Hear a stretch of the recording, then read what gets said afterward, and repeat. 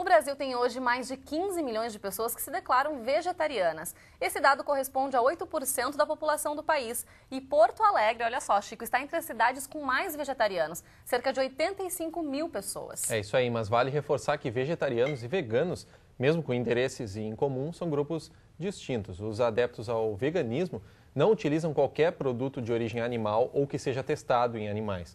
Já os vegetarianos abrem mão da carne, mas consomem leite e ovos, por exemplo. Quem quiser conhecer mais sobre os movimentos pode acessar vanguardaabolicionista2.wordpress.com e no Facebook a página é facebook.com/vanguardaabolicionista. E também tem o grupo Opções Veganas em Porto Alegre, é só digitar o nome no Facebook.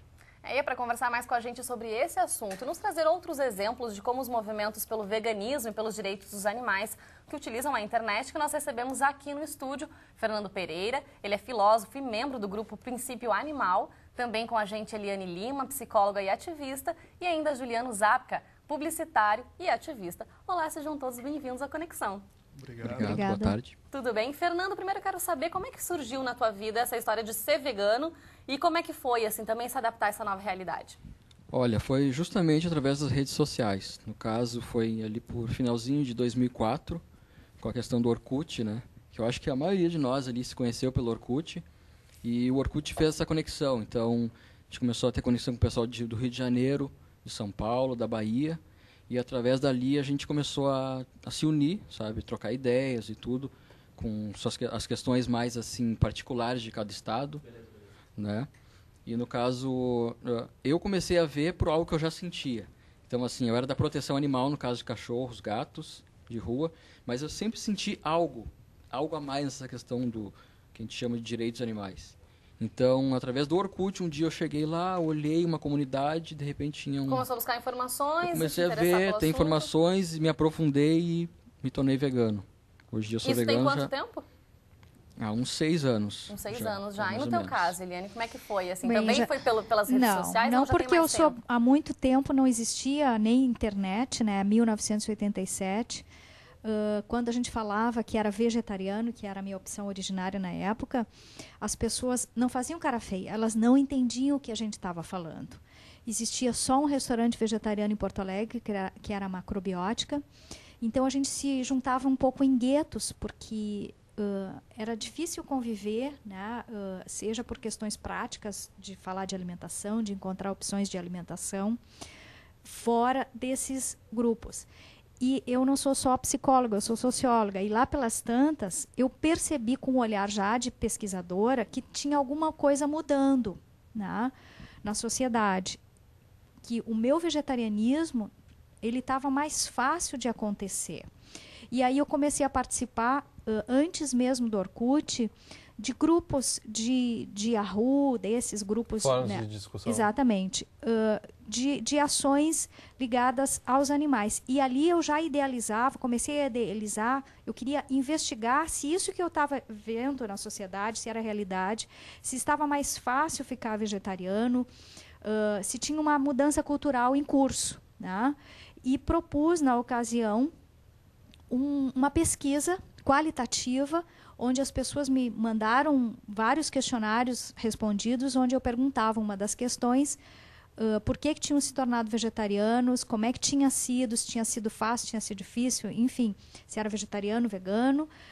E mais tarde, mais ou menos nesse período também, eu criei um cadastro de vegetarianos, né, que hoje eu digo que é um cadastro de vegetarianos, veganos e aliados. E daqui a pouquinho você vai falar pra gente, então, quais são esses números. Até trouxe ali o notebook Exato. para conseguir ver esses dados bem certinho. Antes eu quero saber de ti, Juliano, como é que foi entrar na tua vida, assim, essa questão do vegetarianismo? Primeiro foi vegetarianismo, depois passou pro veganismo, como é que foi? Assim, cerca de 11 anos atrás, né? É uma coisa meio costurada com várias outras questões. Eu sempre tive um contato muito próximo com os animais em casa, né? Gato, cachorro, galinha, os vizinhos que tinham bois, a gente ia de carreta pro pasto, né? Buscar. Então, certa vez, assisti um comercial do Sea Shepherd, um comercial antigo, que mostrava uma menina alisando um golfinho de pelúcia e, de repente, ela puxa uma tesoura e começa a apunhalar e corta essa cena para uma matança de golfinhos, baleias, aquela sangueira toda. E deu um estalo. Foi ali que caiu tua ficha, então, caiu para a essa ficha. situação. E sair atrás de informações. Nesse sentido, a internet foi vital, porque eu encontrei muita informação, dicas de livros e tal, e comecei a ver que, para aquele incômodo que aquilo me causou, era uma incoerência minha em continuar me alimentando de animais. Então, o vegetarianismo, no caso, é uma palavra que tenta dar conta disso, né? O veganismo tenta dar conta disso, desse conceito que tem por trás da própria palavra, que é muito maior. Então, é uma questão de coerência com nossa relação com o sofrimento desses seres. Eu queria que vocês falassem agora um pouco sobre o significado, vocês comentaram a experiência que vocês tiveram da internet e de se informar através da internet sobre essas causas. Qual é o real significado da internet hoje para a prática de vocês? O que vocês conseguem fazer com a internet para trocar informações sobre veganismo e também sobre causas pró-animal, como foi comentado?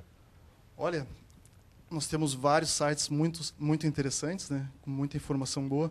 Eu, pessoalmente, eu tento ressignificar muitas questões que aparecem em notícias.